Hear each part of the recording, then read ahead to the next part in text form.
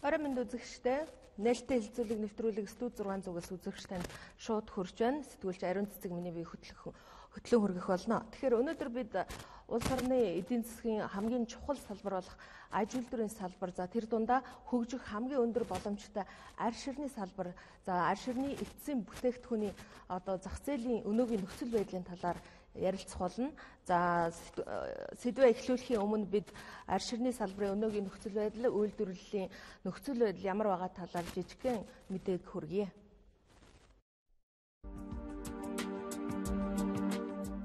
Жилд бог малын нийт 10.3 сая ширхэг арьс бэлтгэдгээс 25.8%-ийг нь үндэсний үйлдвэрлэгч нар боловсруулж, үлдсэн 74.2% нь түүхий болон анхан шатны боловсруулалт хийгдэн бүгд найрамдах хятад ард улс руу экспортлж байна.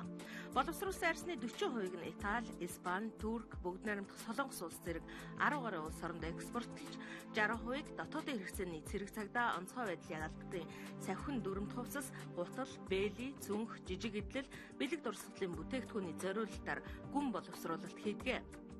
Арь ширэн түүхийн эдийн нөөц 150 тэрбум төгрөг байна. За үүний 25% буюу 38 тэрбум төгрөгийн түүхийн эдийг үндэсний үйлдвэрүүд авч эцсийн бүтээгдэхүүн үйлдвэрлэдэг. 75% буюу 112 тэрбум төгрөгийн түүхийн эдийг дотоод гадаадын худалдаачид худалдаа авч түүхий болон анхан шатны боловсруулалт хийсэн байдлаар экспортод гаргаж байгаа нь 800-аас 900 тэрбум төгрөгийн эцсийн бүтээгдэхүүнийг дотооддоо үйлдвэрлэх боломжийг алдаж байна. Монгол улсын засгийн газраас 2012 онд арьс ширний үйлдвэрлэлийг сэргээн хөгжүүлэх төслийн хүрээнд 140 тэрбум төгрөгийн санхүүжилтийг хөгжлийн банкар дамжуулан арьс ширний үйлдвэрлэл эрхлэгчдэд олгохоор шийдвэрлэсэн. Төслийг хэрэгжүүлснээр дотоодын арьс ширэн бүтээгдэхүүний зах зээлийг бүрэн хангах боломжтой гэж үзэж байсан юм а. Манай улсын хэмжээнд арьс шир боловсруулах 34 үйлдвэр, 100 гаруй савхин хувцас, эдлэлийн үйлдвэрүүд үйл ажиллагаа явуулж байна. Арьс шир боловсруулах үйлдвэрүүдийн 56% нь том үйлдвэр, 25% нь дунд үйлдвэр, 19% нь жижиг үйлдвэр байна. За мэргэжилтнүүдийн тооцоолж байгаагаар Монголын арьс ширний үйлдвэрүүд дотооддоо 100% боловсруулалт хийх хүчин чадалтай гэж үздэг юм байна.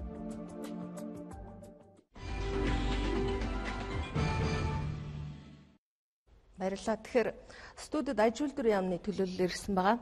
За тэгэхээр одоо Монгол улс цаашдаа арь ширний салбарыг хөгжүүлэх ямар стратеги, бодлого баримталж байна вэ? Батгах дарга. Та бүхэн мэдж байгаа саяхан аж үйлдвэрийн талаар төрөөс баримтлах бодлого гарсан.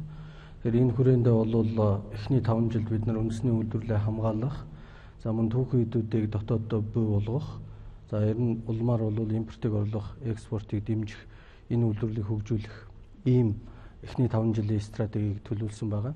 Тэгээ энэ хүрээндээ бол бид нар одоо засгийн газрын хэмжээнд 5 жилийн стратеги төлөвлөгөөгөө бол батлуулаад ажиллаж байгаа. Тэгээ гол одоо арьс ширний салбар, за ер нь бол үйлдвэрлэлийн салбарыг дэмждэг хоёр хэлбэр л байгаа л да.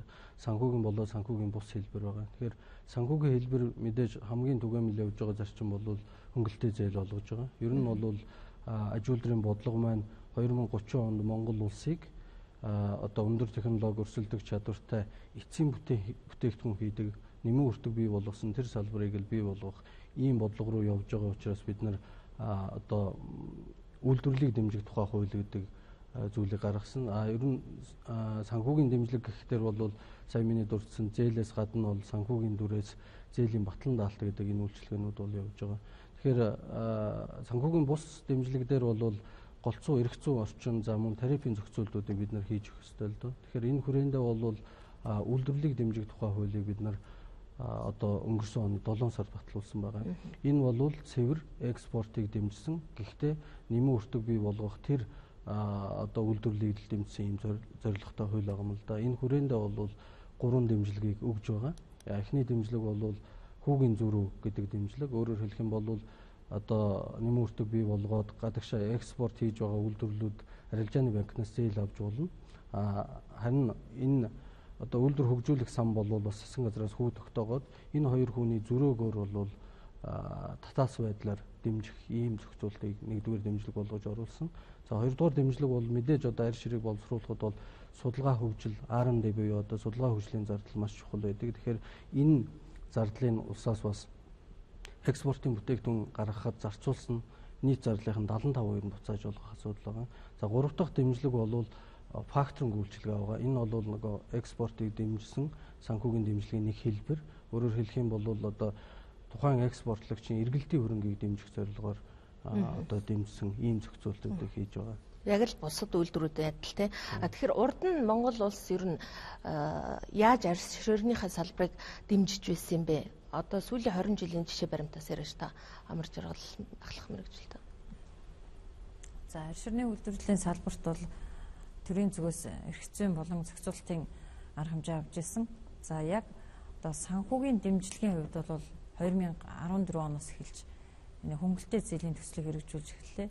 За арьс ширхний үйлдвэрлэгчид маань арьс ширхний үйлдвэрлэлээ сэргээн хөгжүүлье гэсэн энэ төслийг бол боловсруулж их хурл засгийн газарт өргөн бариад энэ төслийг хэрэгжүүлэхэд бол гарцаагүй хөнгөлтэй зээлийн дэмжлэг шаардлагатай байна гэдэг асуудлыг тавиад энэ 2012 оны улсын их хурлын 74-р тогтоолоор баталгаажсан байж байгаа. За энэ тогтоолын дагуу мөн засгийн газрын холбогдох тогтоолууд гараад өнөөдөр арьс ширхний үйлдвэрлэлийн салбарын үйлдвэрүүдэд хөнгөлтэй зээл яг хэдийг хэмжээнд 2016 оны 1 сарын байдлаар бол 56 төсөлд нийтдээ 81 тэрбум төгрөгийн хөнгөлтэй зээл болгосон байна. Энэ зээлийн 30 орчим хувийг бол манай үйлдвэрлэгч нар техник тоног төхөөрөмжөө шинжлэх зорилгоор төсөл хэрэгжүүлж байгаа. За үлдсэн 70% нь бол эргэлтийн хөрөнгөний зорилтоор ашиглагдаж байгаамаа. За тэгэхээр үйлдвэрлэгчдийн зүгээс арьс ширхний холбооны ирсэн байна, үйлдвэрлэгчид ирсэн байна. Санхүүгийн тусламж дэмжлэг чухам хэр зэрэг одоо дэмжлэг болсон бай та нарт одоо засгийн газраас явуулж байгаа. Одоо чухам яг ямар дэмжлэг хэрэгтэй байгаа вэ? За арьс ширхний салбарт бол үнэхээр сүүлийн 20 гаруй жил хамгийн бодиттой дэмжлэг бол 2014 оны 9 сард бидэнд өгсөн. Энийг юу хэлэх гэж нэхээр бондын өнгөлтэй зээл буюу 140.4 тэрбум төгрөг бондын өнгөлтэй зээл их усүрийг шийдэж өгсөн байгаа. За манай амраг жаргалагч ярьж байна. Энэ бол үнэхээр арьс ширхний салбарт усаагаар мэт хэрэгтэй байсан зүйл. За манай аж ахуйн нэгжүүд бол тодорхой хэмжээгээр зээл авсан. За эргэлтийн хөрөнгөтэй болцсон. Түүхэн эдийнхэн одоо 14 онд бол бид нэр 40%-ийг нь худалдаж авсан байгаа. 15% бол бас энэ хувьд маань нэлийн нэмэгдэх байх. Одоогор тоо гараагүй байна. Тэгэхээр энэ бол маш бодиттой дэмжлэг байсан. Одоо бидэнд юу хэрэгтэй вэ гэхээр дотоодын зах зээлийг хамгаалдаг хууль хэрэгтэй байна. Худалдааны хууль хэрэгтэй байна. Хоёр хөрш рүүгээ тарифын хөнгөлөлтөд экспортлдог ийм боломж хэрэгтэй байна. Нөгөөтэйгөр бас бидэнд бол нөгөө дэлхийн нийтээр одоо бол интернет худалдаа маш олон зүйл худалдаж шүү дээ. Тэгэхээр өнөөдөр Монголд тийм байхгүй байна. За тэгээд маш олон хуурамч бүтээгдэхүүнүүд Монголд зарагдаж байна. Монгол чөлөө зах зээлийн нийгэм байгуулснаас хойш Монголд бол асар олон арьс нэртэй одоо хиймэл арьсан бүтээгдэхүүнүүд орж ирж байгаа. Энээс хамгаалдаг бас ийм шаардлагууд бол байна. Жишээлбэл би одоо гайхаад байна л да. Дотоодын зах зээлийг хамгаалах бодлого гэдэгт одоо яг ямар бодлогыг та тодорхойлж хэлээд байна? Оросын холбооны улсаар жишээ авъя л да. Оросын холбооны улс бол арьс ширхэн бараа бүтээгдэхүүн гаднаас орж ирэхэд молын гаралтай түүхий дээр хийсэн гэдэг утгаар гайлын онцгой албан татвартай энэ 5-аас 24% байна. За дээрээс нь нүүтийн 18 шиг санаж байна. Нүүтийн 17-18% татвартай. За борлуулсны дараа дахиад худалдааны татвар мөнгөнд дүнгээс нь авж байгаа. Ингэхээр энэ бол гадаад зах зээлдээс импортоор орж ирж байгаа бараа бүтээгдэхүүнүүд маш өндөр татвар төлж байгаа гэсэн үг. Манайх бол гайлын одоо гутлан дээр жишээ авах 5% татвартай. За тэгээд тэр 5% татварыг бол бас төдийлөн бид нэр авч чадахгүй байна. Жилдээ бид нэр бол нэг бидний тооцоогоор бол импортоор нэг 3 сая орчим гутал орж ирж байгаа гэж бид харж байгаа. Харамсалтай нь гайлын мэдээ үзэхэд бол 700 орчим мянган гутлан дээр бол татвар төлж байгаа шиг байна. Бусд нь бол татваргүй орж ирж байгаа. За нөгөөтэйгөр бид нэр одоо энэ дотоодын зах зээлийг хамгаалахад хуурамч бараа бүтээгдэхүүнийг тодорхойлдог байгууллагууд маш их сайн ажил хийх хэрэгтэй байгаа. За одоо гайлын газраас гайл болон татварын ерөнхий газраас манад студид зочин ирсэн байгаа. Бид үнэхээр гаднаас орж ирж байгаа бүтээгдэхүүнээс жишээлбэл гутлан дээр гэхэд бүгднгээс нь татвар авч чадчихаа. За тэгэхээр гайлын хууль тогтоомж гайлын байгууллага маань өөрөө тодорхой хууль тогтоомжийн хүрээнд үйл ажиллагаа явуулдаг. Тэгэхээр гадаадаас орж ирж байгаа бараа бүтээгдэхүүнийг ямар бараа бүтээгдэхүүн ямар хэмжээгээр авч явж байгаагаа тухайн гадаад худалдаа эрхлэгч маань өөрсдөө гайлд мэдүүлж гайлын бүрдүүлэлт хийлэгдэл. Яг энэ бүрдүүлэлтийн явц хуулийн дагуу ярьсан сая гайлын болон нэмэгдсэн өртгийн албан татварыг бол ногдуулж барагдуулах юм үйл ажиллагаа гайлын байгууллага хариуцаад явдаг юм аа.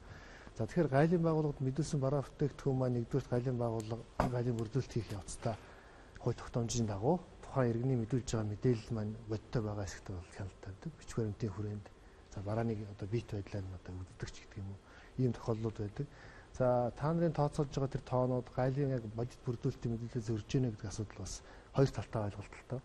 Яг тэгэхээр өөрөө гайлын хэлээр бараа бүтээгдэхүүнийг одоо ямар нэгэн байдлаар авч явж байгаа иргэн маань тэнийг гайлд мэдүүлэх улаан ногоон гарцны асуудал байж тийм ээ татвартаа татваргүй байх боломжууд байдаг. Тэгэхээр иргэд хоёрын хэрэгцээндээ зориулаад нэг хоёр ширхэг авч явж байгаа готлыг бол бид нэр одоо үзээ зогсоогоо зүг савыг бодлоод авах боломж бол одоо өнөөдөр байхгүй. Угаасаа бизнесийн орчныг дэмжих гадаад худалдаан та одоо нөлөө үзүүлэх гэдэг үндсэн стратегийн зорилт хэрэгжүүлээд ажиллаж байгаа байгууллагын хувьд яг одоо юу гэдэг мэдүүлсэн болгоныг одоо юу гэдэг толгож шалгана гэдэг ойлголт бол гайлын байгууллага өнөөдрийн хөгжлийн бодлоготой нь шууд зөрчилдөд байгаа асуудал. Тэгэхээр татваргүйгээр татваргүй орж ирэх тийм боломжууд байгаа. Иргэд хоёрын хэрэгцээндээ ялангуяа иргэд нэг ганц хоёр ширхэг одоо юу гэдэг ах トゥ хамаатан садандаа нэг ганц хоёр ширхэг гэдэг юм ингээд нэг 2 3 гутлын хос судлаа аваад ирсэн тохиолдолд тэрийг гайлын байцаг зогсоогоод цүнх савын нуудлаад байх. Өнөөдөр тийм орчин тийм цаг үе биш байна л да. За нөгөө талаас бас хуурамч бараа бүтээгдэхүүний тухай асуудал яригдчих шиг байна сая. Хуурамч барааны тухайд бол бас энэ хуурамч бараа бүтээгдэхүүнийг ялгаж таних түүнд одоо мэрэгжлийн үүднээс үнэлт асуудал бас хэд хэдэн хууль тогтоомжийн хүрээнд зохицуулагддаг асуудал л да. Оюуны эмчийн эрхийг хамгаалах байгууллага ажиллаж байна. А дээрээс нь гайлын байгууллагаас тухайн бараа бүтээгдэхүүнтэй холбоотой миний эрх зөрчилдөд байгаа гэсэн асуудал байх юм бол тэрнтэй холбоотой асуудлыг гайлын байгууллагад хамтарч шийдвэрлээд явах бүрэн боломжтой байдаг. Одоо жишээлбэл би нэг асуулт асууя. Одоо жишээлбэл аж ахуй нэгж биш. Зүгээр хувь 8 чинь ч юм уу. Өөрөө ингээд бараа дараад орж ирсэн тохиолдолд тэр хүн татвар төлөх үү? Төлөх ёстой. Яг тэгэхээр хувийн хэрэгцээний эзэс биш болоод арилжааны зорилготой бол тэгэхээр би арилжааных гэж хэлэхгүй бол яг уу. Ерөнхийдөө бол хоёр ширхгээс дээш ширхэгтэй тохиолдол ер нь арилжааны шин чанартай гэж үздэг. Энэ бол шууд илгээмж дээр ч гэсэн байгаа л да өнөөдөр дэлхийн ямар ч улс орноос бид нэр харилцаад бараа бүтээгдэхүүнийг худалдаад авах ч юм уу ингээд авах боломжтой болчлоо. Би энэ илгээг шилжүүлэх боломжтой болчлоо. Тийм учраас бид нэр бас гайлын хууль тогтоомжинд тодорхой зохицуулт хийж өгсөн өнгөрсөн жилээс ягаад тэгэхээр одоо юу гэдгийг $2000 хүртэл ч гэдэг юм үнэн дүнтэй. Тэгээд хоёр ширхгээс илүүгүй бараа байх юм бол гайлын халамтраас ийм илгээмж байх юм бол шууд илгээмж байх юм бол холбогдох гайлын бол нэмэгцээрх халамтраас чөлөөлнө ч гэдэг юм. Ингээд тоон ширхгийн бол ямар нэгэн байдлаар заагаад өгсөн байж байгаа. Хувийн хэрэглээний эд зүйсгээд бас мөн гайлын хууль тогтоомжинд заагаад өгсөн байдаг л да. Тэрэнд нь юу хамаарах вэ? Ямар бараанд хамаарах вэ гэж жагсаалтаар нь оруулаад өгсөн байдаг. А тэн дээр бол мэдээж нэг хоёр ширхгээс ч гэдэг юм уу илүү тохиолдолд бол ямар нэгэн байдлаар арилжааны шин чанартай гэж үзээд. За ойлголоо. Аж үйлдвэрийн яамнаас асууя. Сая хэлж штэ гаднаас их хэмжээний бараа бүтээгдэхүүн орж ирдгээ дотоодын зах зээлийг хамгаалах бодлого байхгүй гэж байна. Ялангуяа татварын тал дээр 5% гэж байна. Тэгэхээр миний сонсч байснаар бол энэ гаднаас импортоор орж ирж байгаа ижил төрлийн бүтээгдэхүүний одоо импортын татварыг ингэж ялгаатай тогтооно гэж ярьж байсан. Танай яамн дээр бүлэгч байгуулагдсан гэсэн тий газар. Би сая дурдсан үйлдвэрлэлийг дэмжих тухай хууль байна. Үйлдвэрлэлийг дэмжих тухай хуулийг дагалдаж бид нар импортын тарифт өөрчлөлт хийсэн. Өөрөөр хэлэх юм бол улсын хурлын 27 дугаар тогтоолыг өөрчилсөн байна. Тэгэхээр энэ дээр ямар өөрчлөлт болсон юм бэ гэхээр бид нар нэг бараа одоо нэг ар ширэн бүтээгдэхүүний импортын тарифыг өөрчлөхийн тулд одоо улсын хурлаар тэр болгон хэлэлцүүлээд авах боломжгүй. Тийм учраас бид нар эхний ээлжинд энэ бол 99 оноос хойш анх удаа тарифаа өөрчилж байгаа бол зохицуулалтаа аж үйлдвэрийн яамнаас бид нар 371 бараа бүтээгдэхүүний тарифыг өсгөх эрхийг бол засан газар долгосон байна. Тэгээ үүнээс бол бид нар мэдээж бол эдийн засгийн байдал одоо бас тийм сайнгүй байгаа. За тийм учраас бол бид нар үе шаттайгаар тарифын нэмэх ийм зохицуултыг авсан. Эхний ээлжинд бид нар 5 нэр төрлийн бүтээгдэхүүн дээр нэмсэн байна. Өөрөөр хэлэх юм бол цемент, махан бүтээгдэхүүн, зүгийн бал, за тэгээд нэг жилийн насжилттай автобус троллейбусын дээр тарифын одоо 15-20% өсгсөн байгаа. Энэ нь бол бид нар дотоодын зах зээлээ хамгаалаад одоо бас өрсөлдөх чадварыг дээшлүүлж байгаа ийм нэг зохицуулт байгаа. За үүнээс гадна бид нар бас дотоодын зах зээлээ үйлдвэрлэлээ дэмжсэн энэ бодлого бол худалдаа авалтын тухай хуулинд бол өөрчлөлт оруулсан. Өөрөөр хэлэх юм бол төр ер нь аль ч улсын төр бол том худалдаа авагч байдаг. Тийм учраас төр нь өөрөө үндэснийхээ үйлдвэрлэлийн бараа бүтээгдэхүүнийг худалдаж авдаг болёо гэд. За энэ хүрээндээ бол хуулинд нь өөрчлөлт оруулаад бид нэг 110 нэр төрлийн энэ дээр бол савхин эдлийн бүтээгдэхүүн за мөн одоо өслөг эдлийн бүтээгдэхүүнүүд орсон байгаа. Энийг бол одоо худалдаа авалтан дээр нь төр нь худалдаж авдаг болъё гэд. Энэ бол бас л нөгөө 7 сард өөрчлөлт ороод энэний үр дүн нь бол гарсан байгаа. Тухайлбал Батлан хамгаалахын яам өнгөрсөн жил зөвхөн ийм одоо хувцас хүнсэнд бол 11 орчим тэрбум төгрөгийн худалдаа авалт хийснээс нэг 7.5 тэрбумын бол үндэсний үйлдвэрлэлээс авсан. Энэ бол гадагшаа ус дотоод үлдэж байгаа. Гэх мэтлэн бол эерэг үр дүнгууд нөлөөлөлд гарч эхэлж байгаа юм л да.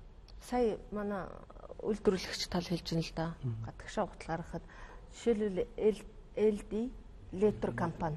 LD Letter компани Орос руу гутал экспортлдог тий. Танах жишээлбэл яг хэдэн хувийн татварыг төлж Оросын холбооны улсын зах зээлд үйл тавьж байна?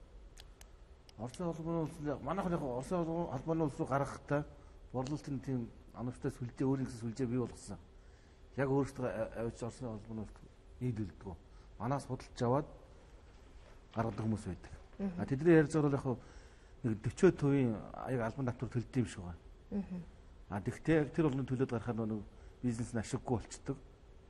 Өнөөдөр манай татварыг импортын татварыг нэмжүүл зах зээлд ямар нөхцөл байдал үүснэ гэж төсөөлж байгаа вэ? Жишээлбэл арьс ширэн бүтээгдэхүүнээр яриад байна л да. Яг ер нь бол мэдээж бол одоо инфляцид нөлөөлөх магадлал байгаа. Гэхдээ бол өргөн хэрэглээний бараа гэхээс илүү хүнсний бүтээгдэхүүн бол одоо нөгөө сагсанд ордог хүнсний бүтээгдэхүүн бол бас нэлээд эмзэг байдлаар хүлээж авах болцоод байл да. Гэхдээ арьс ширэн дээр бол бид нар түрүүн би дурдсан эхний ээлжинд бид нар 5 бүтээгдэхүүн дээр одоо өөрчлөлт хийгээд харахад бол эерэг үр дүнгууд гарсан. Цементээ бид нар 100% одоо гаднаас импортлдог байсан бол эргээд бид нар импортынхаа 60%-ыг орлоод цаашаа экспорт хийдэг ийм үр дүн бол 15 онд гарсан байна. Тэгэхээр энэ тарифын зохицуулалт бас үр дүнгээ өгж гинэ. Тийм учраас дараагийн ээлжинд бол бас үнэхээр энэ хөдөө аж ахуйн гаралтай түүхийд бол манай үндсэн хамгийн их баялаг түүхий. Баялаг. Тийм учраас энэ түүхийдээ энэ бүтээгдэхүүндээ бол бас өрсөлдөөний дэмжсэн. Өөрөөр хэлэх юм бол ижил төрлийн импортын тэр бараа бүтээгдэхүүн дээр тарифын өсгөх энэ ажлыг бол судлаад одоо явж байгаа. Тэгэхээр би яагаад энэ тухай яриад байна гэвэл манай үйлдвэрлэгчид татваргүй орж ирж байгаа шахуу ийм бүтээгдэхүүнтэй өөрийнхөө бүтээгдэхүүнийг одоо өрсөлдүүлэх ийм нөхцөл байдалд ороод байна л да. Гэтэл бол нэг үйлдвэрлэгч нэг бүтээгдэхүүнийг гаргахын тулд улсдаа мөн л одоо янз бүрийн төрлөөр татвар төлдөг байгаа. Тэгэхээр та тэр талаар дэлгэрэнгүй ярихгүй юу? Бид нар энэ тухай урд нь халуун сэдв нэвтрүүлгээр бас хөндөж байсан. Тэгээ халуун сэдв нэвтрүүлгээр хөндсөн энэ бол асуудал маш зөв байсан. За манай үйлдвэрлэгчд бол нэг ширхэг гутал хийхийн тулд ойролцоогоор 30 орчим хувийн татвар төлж байгаа. Улсад нэг гутал 100 мянган төгрөг байлаа гэхэд тэрний 30 мянган төгрөг нь бол хүн амын орлогын албан татвар, аж ахуйн нэгжийн орлогын татвар, нийгмийн даатгал, за тэгээд нөгөө ашигын татвар гэдэг ингээд маш олон төрлийн татвар төлөөд 100 мянган төгрөгийн мэнд гутлын 30% нь бол татвар ба. 100 мянган төгрөгийнхаа гутлыг бид нар дахиад их дэлгүүрт тавьж худалдаалахад дахиад 30% татвар байгаа. Тэр худалдааны татвар худалдааны төрөөсийн татвар гэдэг. Ингээд бид нар үндсэндээ бол нөгөө бүтээгдэхүүн маань 60% татвар болчиход байгаа.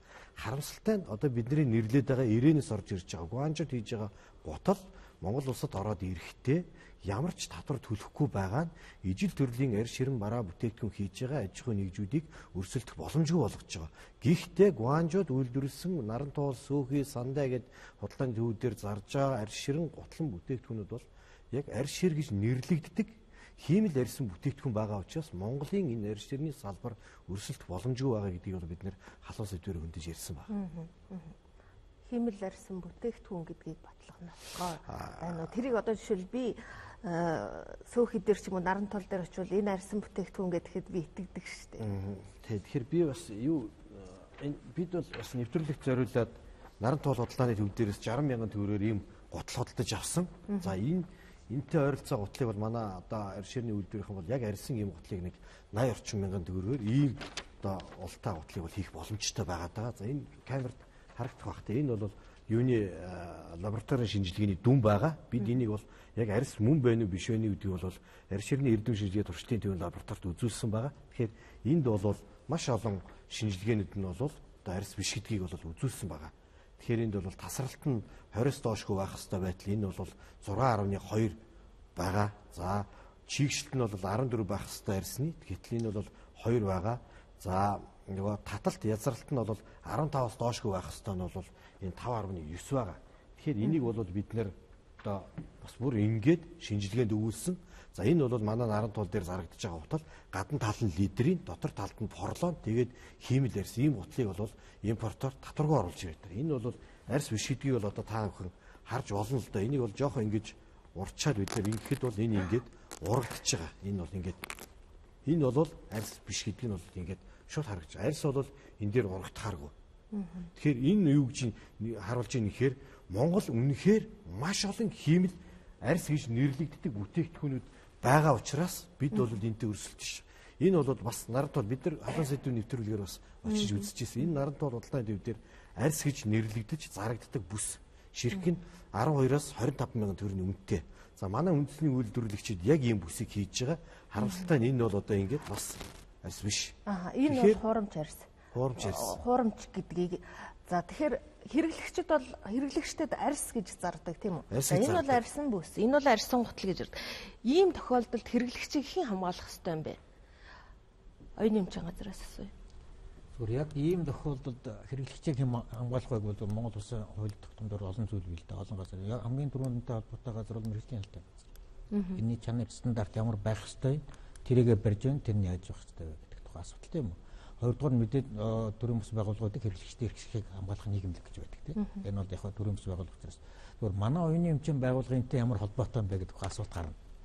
Тэгвэл манад одоо яг гаднад дээр та нар мэддэг өөрийнхөө бараа бүтээгдэхүүнийг бусдын бараа бүтээгдэхүүнээс ялгахгүй тул тавьдаг.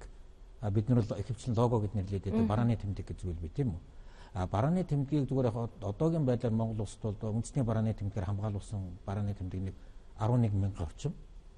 Гадаадын улс орнууд манай Монгол улсад хамгаалсан барааны тэмдэг ойролцоогоор нэг 40 мянга орчим хамгаалагдаад байгаа. Бидэнд бас тийм жишээ байгаа. Барааны тэмдгийг хулгайд алдсан жишээ байгаа. Одоо би тэрийг гүцээгээ ярьчихгүй.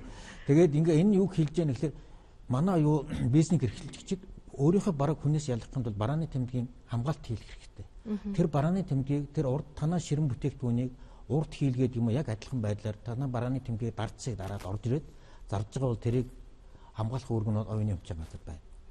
Гэхдээ зүгээр түрүүн гайлын байгууллагын хэлжсэн энэ юугтэй холбоотой гэдэг манай бизнес эрхлэгчдний зүйл байдгийг. Өөрсдөд нь хохироод яваад ингэ яваад хамгаалах ёстой байгууллагад нь ханддаггүй. Одоогийн төрийн хяналт шалгалтын тухай хуулиар ямар юм байгаа вэ? Ерөөсөө төлөвлөгөө шалгалтнаас бусад бүх шалгалтыг зөвхөн өргөдөл гаргагчин эрх эзэмшигч. Ялангуяа оюуны эмчийн салбартууд эрх эзэмшигчийн гомдол хүсэлтийн дагуу шалгаж байна. Яг хамаагүй хүн одоо гамбалдын өмнөөс төмрөө гомдоод иж болохгүй нэ шүү дээ. Гамбалд өөрийнхөө эрх ашгийг хамгаалуулаад патент авчихсан. Эсвэл барааны тэмдгийн гэрчлэгээ авсан бол тэр гэрчлэгийнхээ дагуу энэ миний ийм эрхийг ингэж зөрчөөд байгаа учраас та нар шалгаж өгөөч гэж гомдол гаргахын эрх эзэмшигчд нь яваад байгаа. Тэр төрийн байгууллага бид нар чинь хамаагүй очиж энэ хуурамч байна, энэ биш байна, энэ тэрнийхийг хэрэгжилчгээд шууд очиж шалгаад авах хэрэггүй болчиход байна шүү дээ. Би жишээлбэл энэ гутлыг арьс гэд наран тулаас авчлаа. Тэгсэн арьс биш байла.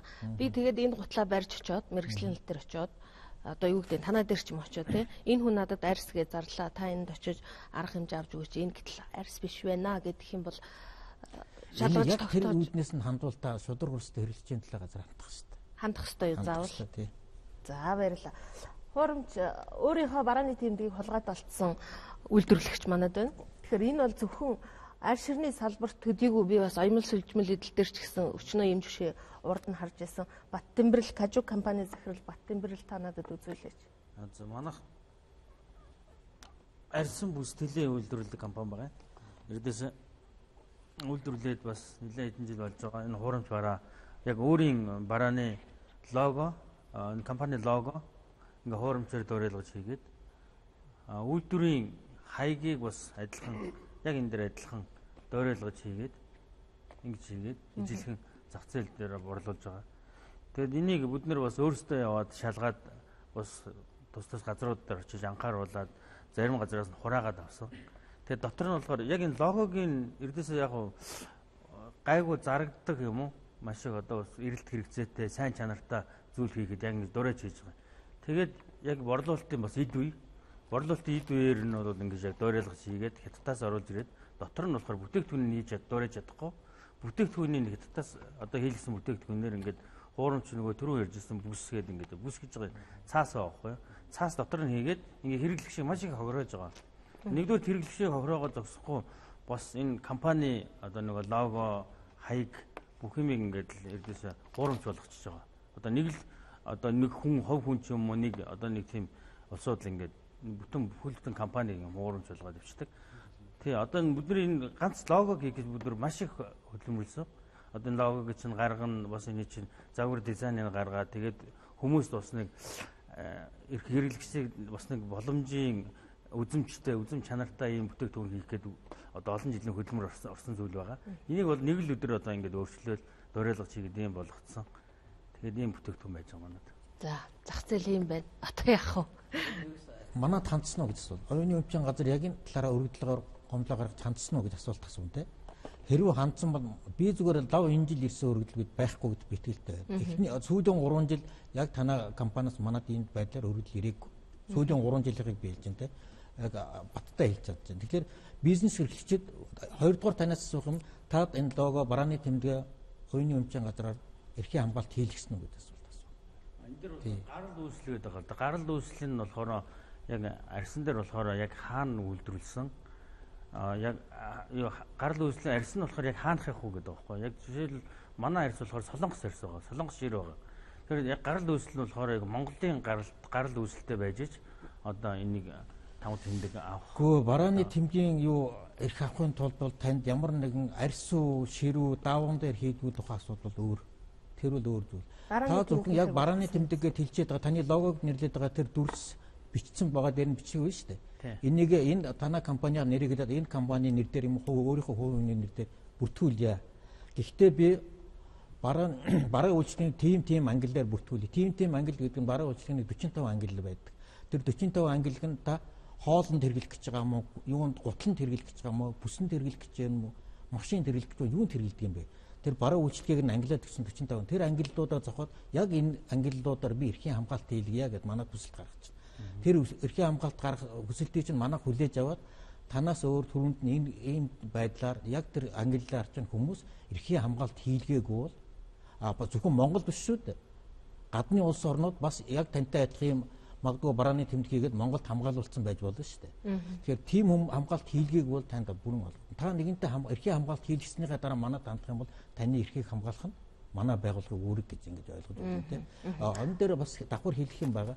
Хэлэх юм гэвэл та энийг ингээд нэгэнтээ эрхийн хамгаалт хийлгэчихвэл 2009 онд санаад байна. 9 он байна 10 онд юу батлагдсан оюуны өмчийн газар Галийн ерөнхий газрын даргын хамтарсан тушаалаар батлагдсан оюуны өмчийн эрхийн төрөлтэй бараг Гаалиар нэвтрүүлэх журам гэсэн журам байгаа. Тэр үйлчилж байгаа. Тэр журмынхаа дагуу та нар Гаалиан байгууллагад дандаад манайх ийм барааны тэмдэг ийм хамгаалттай байгаад ингээд ийм гаднаас ийм барааны тэмдэгтэй ийм бүтээгдэхүүнүүд орж ирээд энэ манай эрхийг ингэж зөрчөөд байна гэдэгт оюуны өмчийн газар болоод Гаалиан ерөнхий газар тандчих юм бол таны барааны тэмдгийн эрхийн хамгаалтууд хил дээр зохиол яагаад би бас гайхаад байна л да. Яагаад Монголд үйлдвэрлэв гэдэг шошготой бүтээгдэхүүн урд зах зээлээс манад орж ирээд идэг юм бэ? Тэр их гайхалтай.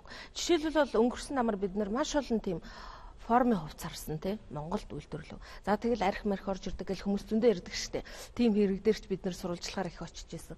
Яагаад Монголд үйлдвэрлэв гэдэг бараа гаднаас импортоор орж ирээд идэг? Энэ дээр бол яг нөгөө түрүүний ярьсан Галийн байгууллагын үйл ажиллагааны онцлог байна л да. Тэгэхээр бүх бараа бүтээгдэхүүнийг яг бие төзлөг шалгалт бараа бүтээгдэхүүн бие төзлөг шалгалт хийхтэй холбоотой асуудал хэрэгжиж байна. Бүгдийг мэдээж өнөөдрийн байгаа нөөц боломж тийм ээ. Одоо техник хэрэгсэл хүний нөөцийн хүрээнд бид нэр улсын хилээр нэвтэрч байгаа бүх бараа бүтээгдэхүүнийг бие төзлөх боломжгүй байдаг л да. Хамгийн эрсдэлтэй хамгийн одоо юу гэдэг худалдааны луур хийсэн байж болцсохгүй тэр хэсэгт нь бид нар энэ байгаа жоохон нөөц бололцоогоо дайчилж ажилдаг, чиглүүлж ажилдаг. Тэр хэсэгт нь одоо юу гэдэг хяналт шалгалтаа хийж явдаг гэсэн үг. Тэгэхээр нийгмийн үйлдвэрлэлийн салбарт бол маш олон төрлийн бараа бүтээгдэхүүнүүд байдаг. Ялангуяа одоо химийн одоо бодисч байдаг юм уу, тийм ээ? Ургамал амьтны одоо тарьц суулгацч байдаг юм уу? Арх тамхи гэдэг юм уу, тийм ээ?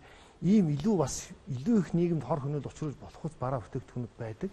Тэр чиглэл рүү бол гол одоо юу гэдэг эрсдлийн одоо судалгаа тооцоонууд хандаад явдаг. Яг иймэрхүү төрлийн өргөн хэрэглээний бараа бүтээгдэхүүнээр болохоор нэгдүгээр сая бас оюуны өмчийн газрын хүн яг тодорхой хэлээд өгчлээ л дээ. Энэ дээр бол Галийн байгууллагад хандах юм бол орж ирж байгаа бомбтууд нь бол нэг тийм олон биш байгаа учраас яг ийм одоо бараа бүтээгдэхүүн хоромчоор орж ирж байгаа жишээнүүд бол манад байдаг л да. Тэрний дагуу бид нар тодорхой мэдээлэл чиглэлүүдээ зөвхөн Монгол улсад үйлдвэрлэсэн бараа бүтээгдэхүүнүүдийг дэлхийд даяар үйлдвэрлэгдсэн бараа бүтээгдэхүүнтэй холбоотой энэ санал гомдлуудыг байсагч нартаа чиглэлөөр энэ чиглэлээр бол маш хурдан шуурхай арга хэмжээ аваад явах боломжтой. Яг тэгэхээр тэн дээр бол ерөөсөө импортын ганцхан урсгал байгаа. Тэрийг ахалж ажиллаж байгаа одоо хяналтын чиглэлийн 2-3 хүн ахлах байцаагч ажиллаж байгаа. Тэр 2-3 хүнд л мэдээлэл өгөхөд тэр барааны одоо урсгалд хяналт тавиад явах бүрэн боломж нь байгаад байдаг. Түрүүний ярьсан тэр хувийн хэрэглээний эд зүйлс ч гэдэг юм уу, аль эсвэл одоо юу гэдэг би 15 ширхэг гуталтай явж байгаад гайлд мэдүүлээ татвар төлчдөг. Үцхээр яг одоо магадгүй өмнө хэсэгт нь ганц 2 гутал хийцсэн байж байгаа. Цаана одоо Монгол өдөрлөг гэдэг юм шашхтаа бараа явдаг ч юм уу. За өөр янз бүрийн байдлаар ингээд өөр бараагаар мэдүүлдэг ч гэдэг юм уу. Иймэрхүү одоо юу гэдэг нь гайлын байгууллагын ачаал өнөөдөр одоо 500 машин шалгаж байгаа нэг одоо баг байж тийм ээ 5 хүнтэй гайлын баг. Тэгэхээр тэр 500 машиныг бүгдийг нь одоо наривчилж үзээд яагаад явах боломж энэ төргээд ийм олон хүчин зүйлсүүд байна л. За дээрэс нь гайлын байгууллагыг дагаад ингээд өөрчлөлтөө үзүүлээд явж байгаа тээвэр логистикийн байгууллагууд байна тийм ээ. Тэд нар бараа бүтээгдэхүүнээ одоо юу гэдэг буулгаж одоо ачиж буулгахч байдаг юм уу, задлах, эрдэнэтгийн шалгах аппарат гэдэг юм уу ингээд ийм олон нөхцөлөөр хүчин зүйлсүүд байгаа учраас иймэрхүү юм гарч ирээд байгаа юм л да. Энийг зогсоохын тулд энийг одоо юу гэдэг ямар байдлаар ийм байдлыг багасгахын тулд гайлын байгууллага харин сүүлийн жилүүдэд шатараас нэлээд олон арга хэмжээ авч ажиллаж байгаа. Ер нь хилээр орж иж байгаа бараа бүтээгдэхүүнийг бүртгүүлжүүлэхтэй холбоотой гайлын татвар хараамжийг бүрэн авахтай холбоотой олон анзуурлыг хийж байгаа юм л. За дээрээс нь татвар нэмэгдэх асуудал төр ярьсан учраас би нэг ганцхан нэг товчхон тайлбарлалчээ. Монгол улс бол өөрөө дэлхийн холбооны байгууллага гишүүн орон. Тэгэхээр бид нар хүсснээрээ бас дотоодын үйлдвэрлэлээ хамгаалах нэрийдлээ бараа бүтээгдэхүүнийхээ импортын тарифыг нэмээд авах боломж байхгүй. Нэмэх боломж нь үндэсний одоо юу гэдгийг эрх ашиг, язгуур эрх ашиг буюу үндэсний аюулгүй байдалтай холбоотой стратеги ач холбогдлохын бараа бүтээгдэхүүний импортын тарифыг бид нэг 20 хүртэл хуваар нэмэгдүүлэх, зарим нэг нь одоо хязгааргүй нэмэгдүүлэх гэдэг юм уу, иймэрхүү эрхийг эдлээд явдаг. За энэний дагуу бид нар барааны тарифыг нэмж байгаа. Хүн үйлдвэрлэлийг хамгаалах зорилгыг бас тариф өөрөө одоо агуулдаг тийм ээ. Маш олон зорилгоо цаана байж байгаа. Санхүүгийн зорилго байж гин, улс төрийн бусдад эрх ашиг хамгаалах, өөр бусад одоо юу гэдэг чиглэлүүд тийм ээ. Манайд одоо худалдааны татвар байгаа юу? Худалдааны татвар байгаа. За. Ер нь түрүүн хэлсэн энэ одоо Монгол үйлдвэрлэл гэдгийг одоо уршаа юм уу тийм ээ хөрш орнуудаа үйлдвэрлэж авчираад байна гэд бид нар бас энэ сурагчийн дөрөв төвцтэй та сөхөж хэлсэн холбогдуулаад ийм гомдлууд маш их гарсан. Уг нь бол бид нар одоо эдлийн салбар нэхмэл энэ салбаруудаа нийлүүлээд ингээ кластерын сүлжээгээр ажилуулад дотоодын хэрэгцээг хангах бололцоотой гэдээ явж итэл одоо хурамч Монгол үйлдвэрлэл гэсэн одоо бараанууд орж ирээд тэгээ нөгөө үнээрээ хэрэглэгчд санал тавиа зохиод ингээд нөгөө бидний төлөвлөж байсан ажил маань нэлээд саад болсон. Энэ дээрээс үндэслээд бид нар энэ Монгол үйлдвэрлэл гэдгийг одоо яаж зохицуулах юм бэ гэд одооний одоо манай оюуны өмчөөс бас нэлээд дэлгэрэнгүй бас мэдээлэл өгөх.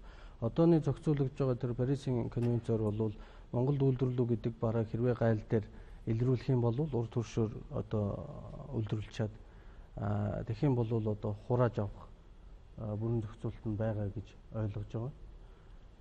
Хамгийн гол нь тэр бараануудыг одоо сая хэлсэн гайлын одоо багийн хүчин чадал бол үнэхээр тэр болгон одоо олон машинуудыг шалгаад нэг бүрчлэн ингээд оруулах боломжгүй. Гэхдээ тэрнээс гадна нэг бид нар зүгээр ингээд судлаад явж байхад нөгөө гайлтай машин гэж ярьдаг тийм ээ. Олон манай зах зээлчин бол тийм одоо 3 сая үнийн хэрэгцээ гэдэг тэр дундаа одоо яг зорилттой хэрэгцээнүүд бол тийм их том хэрэгцээ биш л дээ. Гэхдээ бол тэр гайлтай машин хэд эрээс ихтэл нэлээд олон бүтээгдэхүүнийг одоо оруулаад ирэх юм бололцоотой л байдаг юм билээ л дээ. Гайлтай машин. За. Тэр хоёр асуудлыг бас нэлээд харгалзаж үзэх. Одоо эндээс бас нэг юм асуулт байл да. Би яагаад танаас худалдааны хууль гэж байгаа юу гэж асуусан бэ гэхээр худалдааны татвар сая энэ ар ширний холбооныг үздэг захирал хэллээ. Би ийм хуурамч бүтээгдэхүүнтэй өөрийнхөө жинхэнэ бүтээгдэхүүнийг өрсөлдүүлж гин гэж юм л да. Хуурамч бүтээгдэхүүн авцраад зарж байгаа нөхөр 60 мянгаар зарж хат би өөрийнхөө бүтээгдэхүүнийг 80 мянгаар хажууд нь яг ийм бүтээгдэхүүнийг ингээд зарах хэрэг болоод байна гэж байна. Ийм үед нөгөө үйлдвэрлэгчид маань ч гэсэн ярьжсэн л да. Бид нар ингээд үүлээ үзэж юм хийж яхаар юм авцраа зараад байвал илүү хурдан ашигтай ч юм уу гэсэн ийм бид нарт нэвтрүүлгийн үеэр ярьжсэн л да. Тэгэхээр худалдааны хууль гэж жишээлбэл би наран туул дээр зогсож байгаа ийм хүнээс одоо ийм бараа зарж байгаа хүнээс худалдааны татвар авдаг гэж л би бодохгүй байна. Төсөл бол явж байгаа. Сая миний дурдсан бол ер нь бол худалдааны хуулийг бол өргөн барьцсан улсын хурал дээр ажлын хэсэг гарцсан явж байгаа. Тэгэхээр энэ хуулийн тухайд бол батлагдаагүй учраас бол бид нар энд хэлэлцээ өрнүүлэх нь бол тийм ач холбогдолтой биш гэж ер нь бол болох юм байна аа. Ер нь бол хэлэлцээд улсын хурлаар батлуулахад ямар зохицуулт гарах нь тэр үед нь бол гарсан шийдвэрийн дагуу худалдааны хуулиа хэрэгжүүлээд бол явна л да. Хамгийн гол нь би зүгээр яг одоо бодлого тодорхойлж байгаа хүний хувьд бол ер нь бол эцсийн дүнд бол хэрэглэгчл одоо сонголтоо хийж байгаа. Импортын бараа авах уу, үндэснийхээ үйлдвэрлэлийг авах уу гэдэг. Тэгэхээр хэрэглэгч юу хардггүй гэхээр нэгдүгээрт бол нөгөө үнийг харж байгаа, чанарыг харж байгаа. За мэдээж бол энэ томоохон худалдаа авалт бол тэр хүчин чадал тоош ирэхийг хангаж чадж гин гэсэн ийм л ерөнхий шаардлагуудыг тавиад байх шиг юм л да. Тэгэхээр үнэхээр бол манай үндэсний үйлдвэрлэгчийн одоо бүтээгдэхүүнүүд бол чанарын хувьд бол дутгааргүй байгаа. Тэр бол бүр нотлогдоод одоо сая хүртэл одоо энэ жишээнүүд гарч штэ. Хамгийн гол нь бол үнийн зохицуултыг бол бид нар зарим нэг байдлаар терапийн зохицуултаар бол хийж болох юм байна гэж харж байгаа. Тийм учраас миний түрүүнд дурсан бол одоо бид нар дараагийн үе шатаа бас явуулах хэрэгтэй байна. Эхний үе шат нь 5 нэр төрлийн бараа бүтээгдэхүүнийг өөрчилсөн эерэг үр дүн, цемент гэх мэтийн бүтээгдэхүүн дээр гарсан. Одоо дараагийн үе шат нь үнэхээр арьс ширээний салбар дээр зарим нэг бүтээгдэхүүнийг бид нар терапийн одоо дэлхийн худалдааны байгууллагын гишүүн орон учраас 20 хүртэл хувиар өсгөөд үзье. Тэгэхэд бол бас эерэг хандлагууд бол гарч ирэх магадaltaй гэж харж байна. Монгол улсын хэрвээ одоо бүтээгдэхүүний импортын татварыг гадны бүтээгдэхүүний импортын татварыг нэмлээ гэж бодъё. Үн нэмэгдлээ. Дотоодын үйлдвэрлэгчдээс илүү их одоо бараа бүтээгдэхүүн үйлдвэрлэх хэрэгцээ гарна. Та нарт тийм чадал байгаа юу? Зүгээр энэ зохицуултыг Монгол улс нийт гутлынхаа хэрэглээг хангасны дараа хийн гэвэл үнэхээр монголчууд 100 жилдээ ч хийхгүй. Тэгэхээр бид бол татвар төлөөд энэ тэр хүмүүс татвар төл адилхан эрх зүйн орчны хувьд өрсөлдөе гэж нэг санал байгаа. Нөгөө талдаа бид хуурамч бүтээгдэхүүнт өрсөлдөд байгаа. Тэгэхээр хэрэглэгчдийг хуураад байгаа зүйл нь бол гайл дээр энэ лидерийн гутал юмаа гэдгээ зараад энд ирэхээр лидерийн гутлаас нь татварыг аваад лидерийн гутал гээд манай худалдаачид хэрэглэгчдэд зарчих юм бол энэ арьсан гутлыг нь 80,000-аар авъя, энэ лидерийн гутлын 40,000-аар авъя гэд энэ ялгаа гараад ирэх юм. Инхээр үндэсний үйлдвэрлэгчдийн бүтээгдэхүүнүүдийн борлуулалт сайжрах юм. Сайжирснараа өртөг нь хямдрах юм. Өртөг хямдраад ирэхээр бид илүү их чанартай бүтээгдэхүүн хийхин цаашдаа энэ бол Монгол нөгөө хөгжлийн тулгуур нэг багна аж үйлдвэрээ хөгжүүлэхэд боломж харагдаж байгаа гэж бид нэр ингэж л томьёолоод байгаа юм. Тэгэхээр үнэхээр одоо бүтээгдэхүүнээ хийдэг болчоод бүгдийг хангадаг болчоод тэгээд хамгаалт хийн гэвэл энэ хоцорчих гээд байна. Тэгэхээр үнэхээр бид нар 20 гаруй жил чөлөө зах зээлийн нийгэмгээд байгуулад ингэ явцсан юм бол одоо бид тодорхой хэмжээгээр төрийн дэмжлэг авчлаа. Одоо бид тодорхой хэмжээгээр бүтээгдэхүүн хийдэг болчлоо. Инхээр зохицуулт хэрэгтэй байна л гэж байгаа. Зохицуулт хэрэгтэй байна гэдгийг нь яаж харагдаж байна гэхээр өнөөдөр гутлын үйлдвэрлэж байгаа үйлдвэрлэгч үдээсээ нөгөө улаа, цавууга маш олон төрлийн бүтээгдэхүүнийг бид нар гаднаас авч байгаа. Өөрөөр хэлбэл туслах материалуудыг. Энэ дээр нь худалдааны татвар, дээрээс нь одоо гайлын татвар гэдээ бид нар 20% татвар өгч байгаа.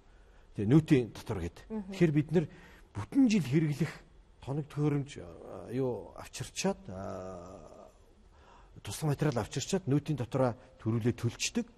Тэгээд нөгөө худалдаачид тэнд ерөөс ямар ч ажлын байр буу болгохгүй мөртлөө бүтээгдэхүүнээ борлуулад байдаг. Бид үйлдвэрлээд байдаг, борлуулж чадахгүй байгаад байдаг. Энэ дээр л зохицуулт хэрэгтэй байна. Энэ яг үнэхээр гол асуудал л да. Тэгэхээр одоо сая нэг гутал гаргахад бол энэ эцсийн бүтээгдэхүүн болж гаргахад олон одоо хэсгээс одоо улнаас нь ахгуулаад тэр 100 гэдэг юм олон хэсгээс бүрдэж одоо үдээсийн хүртэл нэг компани хийгээд явах юм бол тэр болгоныг нэг компани хийгээд гутал босгох юм бол бас одоо өртөг зардлын хувьд ч гэсэн нэлээд ажлын хүчний хувьд ч гэсэн ийм зардалтай болно л да. Тэгэхээр нэгдүгээр гарц нь бол бид нар хамтрах хэрэгтэй байна. Одоо эцсийн бүтээгдэхүүн хийдэг тэр толгой компанида арьсаа нэг хэсэг нь боловсруулад эцсийн арьс бүтээгдэхүүн боловсруулсан арьс болгож өгнө. Нэг хэсэг нь улаан хийж явуулдаг, нэг хэсэг нь үдээсийн гих мэтлэн одоо нөгөө кластерлж гэж ярьдаг. Тийм байдлаар бол бид нар нэгдээд ажиллаж болно. Хоёрдугаарт бол сая байр сахарын захирлын хэлдгээр бид нар зарим нэг одоо туслах материал түүхийн эдийнхаа импортын тарифыг өсгөх биш харин бууруулж өгч болж байгаа. Энэ бол бас үнэхээр өнөөдөр нэг гутал босоход бол яа харахгүй зарим нэг импортын түүхийн эдүүдээр савнаас авахгүй бол бид нар авж ийн л да гаднаас. Тэгэхээр яг энийг үнэхээр нөгөө нийлүүлэлтийн одоо өртгийн сүлжээ гэж ярьдаг.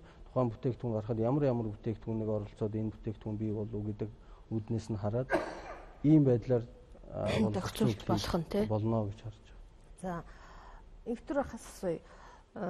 Та одоо бүтээгдэхүүн үйлдвэрлэлийнхаа арьсны хэдэн хувийг гадаадаас авж байна? Хэдэн хувийг нь яг Монголын арьс шир боловсруулагчдаас авж байна?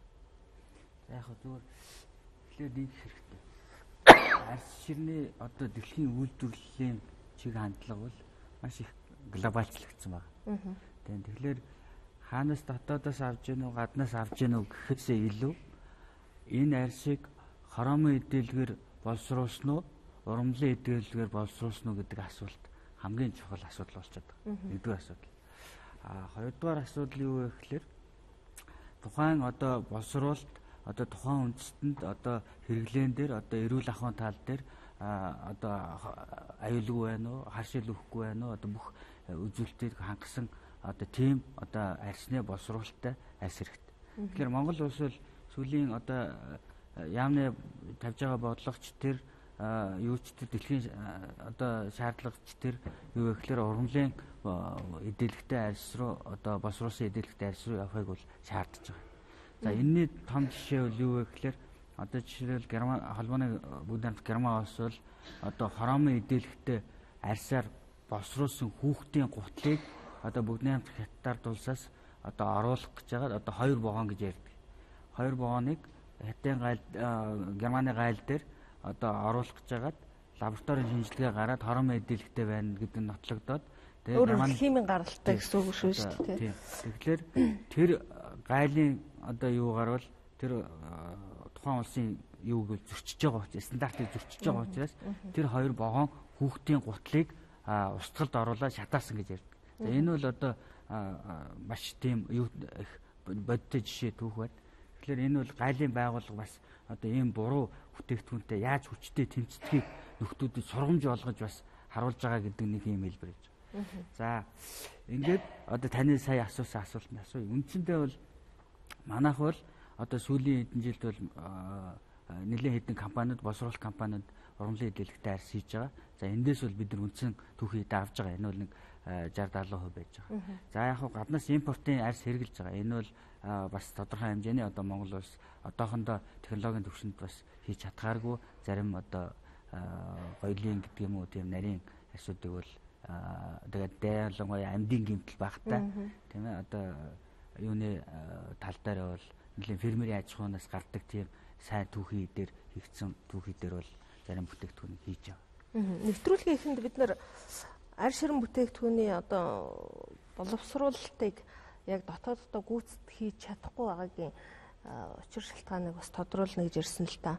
Бид нар бол ерөнхийдөө дотоодын зах зээлээ хамгаалж чадахгүй байгаа. За арь ширээ дотооддоо ингээд бүгд дотоодоос жишээл Батэмбэрэл гой гэхэд жишээл Кажук компани Солонгосоос арь ширээ авч явах жишээтэй. Яагаад Монголдо бид нэр арьс ширээг бүрэн гүйцэд боловсруулж чаддгүй юм бэ? Яагаад 10 сая ширхэг арьсыг те жилд бэлддэг 10 сая ширхэг арьсныхаа дөнгөж 25%-ыг бид нэр өөрсдөө боловсруулдаг юм бэ? Үлдснээ нь яагаад ингээд хагас дутуугаар нь боловсруулад гаргаад байгаа юм бэ?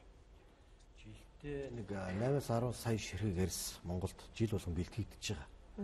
За энэ түүхийн эдийн одоо 14 онд бол 40 орчим хувийг манай үндэсний үйлдвэрт авсан гэсэн шүү дээ. Тэгэхээр нийт арьс ширээ бол монголчууд 100% хагас боловсруулах хүчин чадалтай. За гүн боловсруулах хүчин чадал ойролцоогоор 30 орчим хувь бүрдэж байна. Харамсалтай нь энэ дээр нөгөө дахиад төрийн бодлого ярихаас өөр аргагүй болж байна л доо. Баяр сайхны үйлдвэр арьсыг хагас боловсруулад хятад ард улс руу экспортлоход ямар ч татвар төлдөггүй. Өөрөөр хэлбэл малын гаралтаа түүхийд худалдан авч борлуулсны татвар төлнө. А би Кажук компанид инх төрд арьс боловсруулад финишинг хийгээд одоо өөрөөр хэлбэл яг эсгээд оёход бэлэн болсон арьс төлөхөд би нүүтийн татвар төлдөг. Тэгэхээр энэ бол бид нар дахиад гажиг тогтолцоо төрийн бодлого хэрэгтэй байна гэдгийг харуулж байгаа. Аж үйлдвэрийн яамтай болсон маш сайн хэрэг. Аж үйлдвэрийн яам одоо үйлдвэрийн бодлоготой болсон маш сайн хэрэг. Үйлдвэржилтийг дэмжих хөлтэй болсон маш сайн хэрэг. Одоо бидэнд юу хэрэгтэй байгаа гэхээр үйлдвэржилтийг дэмжих хуулийнхаа хүрээнд татварын бодлогыг нийцүүлэх хэрэгтэй болж байгаа. Сая аж үйлдвэрийн яам 8 сарын 17-нд засгийн газрын тогтоолоор экспортлж байгаа бараа бүтээгдэхүүний нөөтийн хувь тэг байх бараа бүтээгдэхүүний жагсаалтыг баталсан. Харамсалтай нь энэ бол 1 сарын 1-нд нөөтийн шинжилсэн найруулгаар хүчингү болцсон. Тэгэхээр энэ зохицуултуудыг нэгдүгээр хийх хэрэгтэй байгаад байна. Нөгөөтэйгөр бид нэр дотооддоо арьс ширний салбарын бол гүн боловсруулах, эцсийн бүтээгдэхүүн хийх энэ тал дээр бол маш их хөрөнгө оруулалт хийсэн. 14 оны 9 сараас эхэлж арьс ширний салбарт хөрөнгө оруулалт хийгдсэн. Энэ хөрөнгө оруулалтын одоо үр дүн бол энэ 16 оноос бол илүү их гарахаар байна. Цаашдаа гүн боловсруулад манай эцсийн бүтээгдэхүүн хийдэг аж ахуйн нэгжүүдэд бол гүн боловсруулсан арьс ширний хэмжээ бол нэмэгдэнэ. Гэхдээ нэг асуудал байгаа. Энэ бол өнөөдөр Монгол улс малаа эрүүл болох шаардлага үүссэн. Монголын хонин сүрэг бол маш их гэмтэлтэй болсон. 3 төрлийн гэмтэл байгаа. Нэг нь бол шивэний гэмтэл, нэг нь хажих хавуулцны гэмтэл, нэг нь одоо бэлтгэлийн үеийн гэмтэл, ядалгааны үеийн гэмтэл гэсэн үг. Энэ бол өнөөдөр манайхан мэдж байгаа зах зээл дээр хоньны арьсыг дэлхийд бид нар худалдаалж чадахгүй хэмжээнд хүргэсэн. Өнөөдөр тийм учраас хоньны арьс түүхий эдэн 1000 төгрөг байна. Үхэр адууны арьс бол дэлхийд асар хэрэглээтэй байна. Энэ дэлхийн одоо эдийн засгийн байдлаас ингээ харж байхад бол гутлын хэрэглээ бол хэвээрээ байна. Тийм учраас гутлын хэрэглээнд шаардлагадаг арьсны түүхий эдийн үн бол унахгүй байгаа. Тэгэхээр бид түүхий эдийн чанарыг илүү их сайжруулах хэрэгтэй байна. Нөгөөтэйгөр бид нар түрүүний одоо инхтер хэлдэг яг тэр фермерийн аж ахуйгаас одоо гарсан тэр арьсаар л бүс хийж болж байна. Тэр арьсаар бас нарийн юм хийж болж байна. Бэлчээрийн мал аж ахуйгаас гарсан арьс бол маш сайн арьс байгаа. Өнөөдөр бид нар одоо бараг манай энэ арьс ширний салбарын бүгд мэддэг. Прадагийн цүнхийг Яманы Монгол Яманы арьсаар хийж байгаа. Тэгэхээр үнэхээр түүхийдийн хувьд бол тийм муу биш байна. Тэгвэл манай үйлдвэрүүд боловсруулалтаарч тэр бэлэн бүтээгдэхүүн хийхтэйч тэр магадгүй нөгөө хэрэглэгчд маань ч гэсэн бас хариуцлагатай байх ийм үед бид нар ирдсэн байна гэж харагдаж байгаа. Түр хэллээ. Хагас боловсруулахаар татваргүй байдаг гэв. Гүн боловсруулалт хийхээр татвартайгаар дотоод үйл. Хагас боловсруулаад хятад руу экспортлоход татвар төлөхгүй байгаа. Энийг бид нар хугацааны үргэлжлэх юм бэ. Энэ дээр бид нар сая үйлдвэрлэлийг дэмжих тухай хуулийг дагалдуулж нөөтийн тухай хуулинд өөрчлөлт оруулсан. За энэ хүрээндээ бол сая байр сайхан захирлын хэлдгээр бид нар өмнөх зохицуулалт бол одоо экспортод гаргаж байгаа эцсийн бүтээгдэхүүнч, түүхий эдэнч бүгдөө тэг татвартай байсан.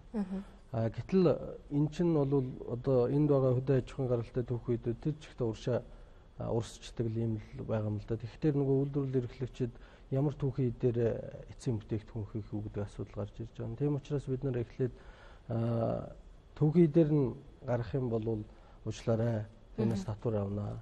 Харин та энэ дээр нэмэн үртэг бий болгоод эцсийн бүтээгдэхүүний одоо wet flue-гээс одоо цааших шатны энэ боловсруулалтыг хийсэн бол танаас бол татвар авахгүй гэдэг ийм зохицуултыг хийж өгсөн байсан.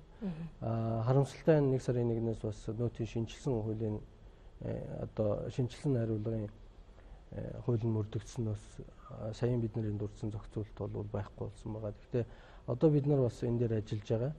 Үнэхээр энэ бол чухал зохицуулт юм байна гэдгийг нь бол ер нь үйлдвэрлэл эрхлэгчээс хамгийн одоо хүсэж харж байгаа зүйл л дээ. Энэ дээр бас бид нар 2013 онд гарсан тийм 13 онд болсон засгийн газрын тогтоол байгаа. Одоо арьс ширэн бүтээгдэхүүн бол заавал боловсруулалт хийсэн арьс ширэн бүтээгдэхүүнийг бол арьс ширийг бол экспортлох ёстой гэсэн ийм зохицуултыг засгийн газар бол тарифын бус хэлбэрээр гаргасан байгаа. Тэгэхээр энэ хоёр бол бас ерөнхийдөө бол маш чухал ийм эрх зүйн зохицуултууд байгаа юм л да. Тэгэхээр одоо 13 онд гаргасан тэр тогтоол 300 дугаар тогтоол бол хэрэгжиж явж байгаа. Харин тэр нөөтийн тухай хуулинд бол бид нар шинжилсэн найруулгад нэмэлт өөрчлөлт оруулахар бол ажиллаж байгаа. Өөрөөр хэлбэл Монгол үйлдвэрлэгчтэй өгсөн арьс шир ноолуур арьс ширэн бүтээгдэхүүний түүхий дээр нь гаргах юм бол нөөт тооцно экспортлоход. Харин эцсийн бүтээгдэхүүн хийгээд нэмэн үртэг бий болгоод гаргах юм бол татвар авахгүй гэдэг ийм л зохицуулт хийж байгаа.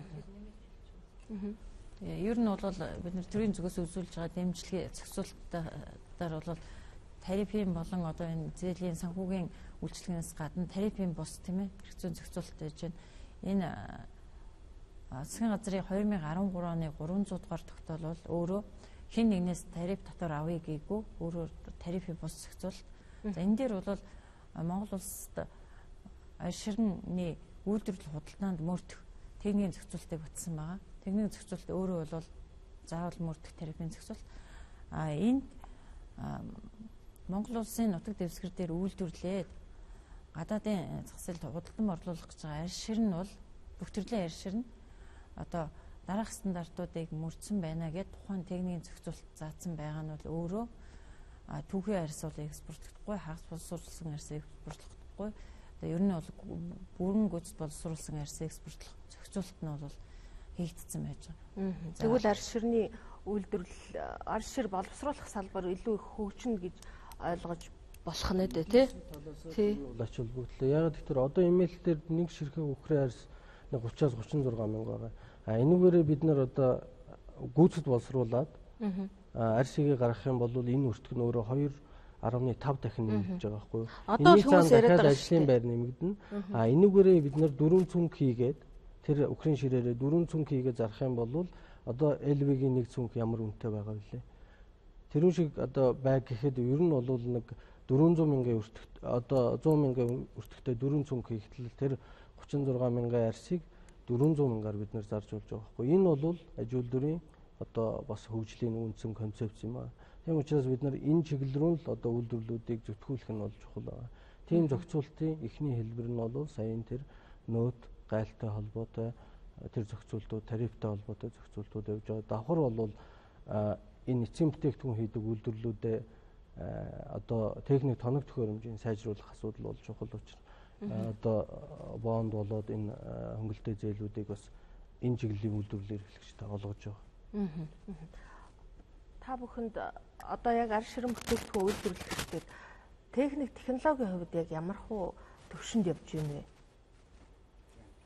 Тэгэхээр техник технологийн хувьд бол өнөөдөр Монголын бараа бүтээгдэхүүн дэлхийн зах зээл дээр өрсөлдөж чадж гин үү гэдэг асуултанд эхлээд хариулах хэрэгтэй. За хэрвээ чадахгүй байвал муу технологитой, муу тоног төхөөрөмжтэй муу л байна гэсэн.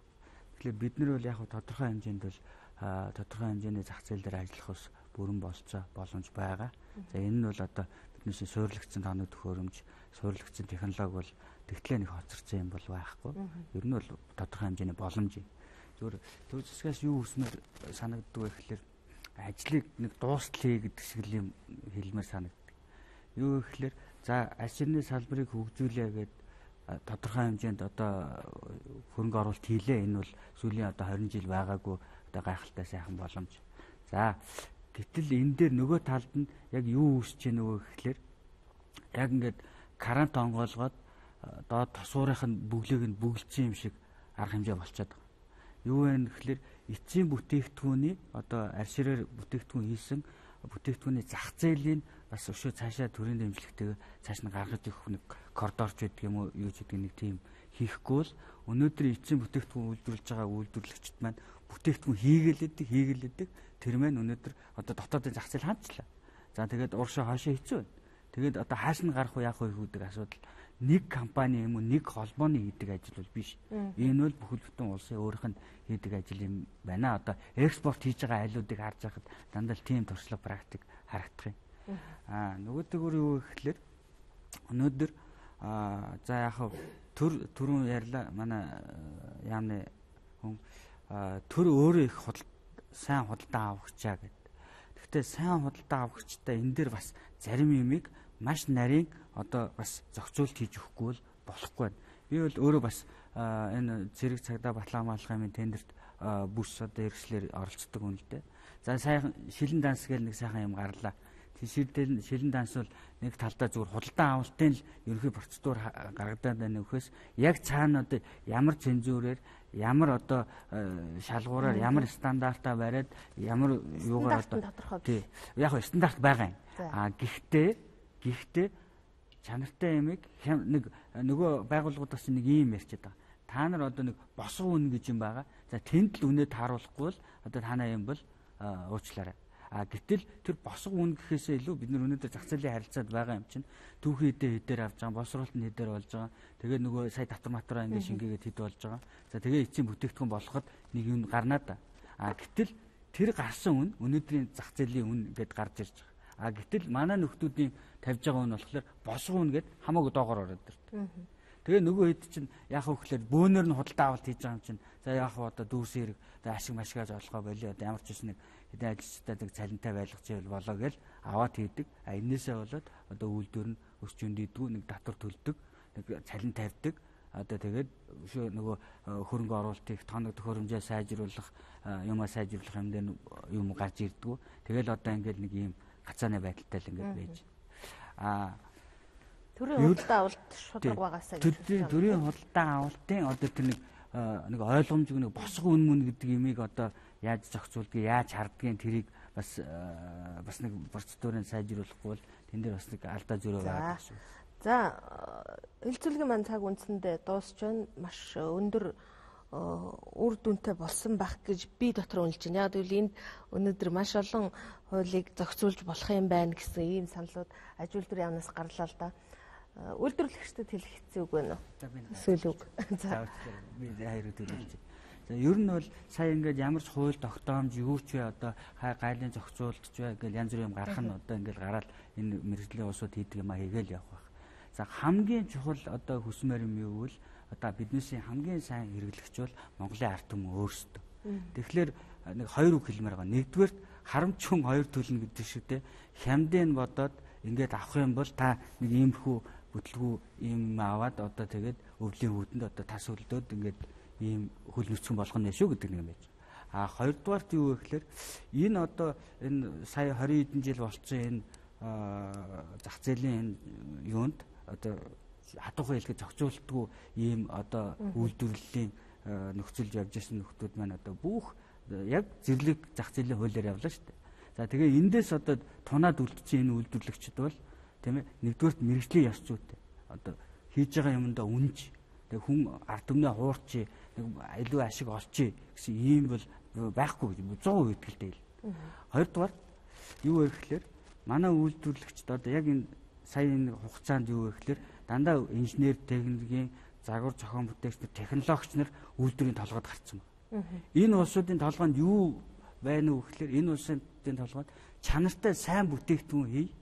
Тийм ээ түүнээс бол одоо энийг нэг хямдхан хийгээд таархан хийгээд тасраад унахлаар бошуухан ахаад нэгийг хийгээд ингээд ашиг олё гэсэн ийм талдаа эдийн засгийн одоо хятадын эдийн засгийн эргэлтийн талдаа болмоо. Тэгэхээр одоо ард түмэндээ юу гэж хандж хэлэх вэ гэхээр одоо хийсэн юм нь одоо чанартай бат бөх сэтгэлээсээ хийсэн. Дээрээс нь тэр олон хүмүүсийн Монгол хүмүүсийн энерги шингэж ийм сайхан юмыг одоо өөртөө үндснийхээ ухамсараар за одоо үйлдвэрлэгчтэй дэмжиж одоо ингээд энийг дагаад зөндөө олон хүн дэмжигдэж байгаа. Тэгэхээр тийм ухамсараар одоо үндснийхээ бүтээгдэхүүнд хандаад үйлдвэрлэгч тандаад тэгээд ингээд худалдаа авалт хийвэл та одоо буух эзэнтэй, буцах хаягтай тийм ээ. Тэгээд одоо энэ гуталтай нөхөртэй бол одоо та хаана очиад заргалдах вэ? Хэцүү шүү дээ. Гэтэл ингээд тасраад ороод ирэх юм бол өө уучлаарай.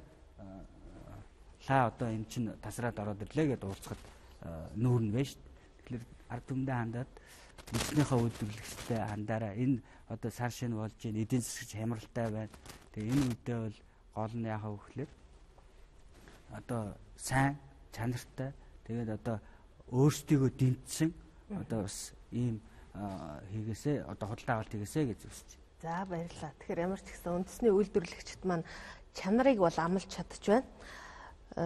Ер нь бол эхний үед одоо бас нэг 3-4 жилийн өмнөд үйлдвэрлэгчид дандаа мөнгө нэгдэг байсан. Биднэрт хөрөнгө санхүүгийн дэмжлэг үзүүлээч гэж төрөөс нэгдэг байсан. За харин өнөөдөр эдгээр мөнгө биш бодлогын зохицуулалт нэхэж байна. Өнөөдөр бид арь ширний үйлдвэрлэл эцсийн бүтээгдэхүүний зах зээлийн талаар ярилцлаа. Нээлттэй хэлцүүлэг нэвтрүүлэг студи 600-аас шууд хүрлээ.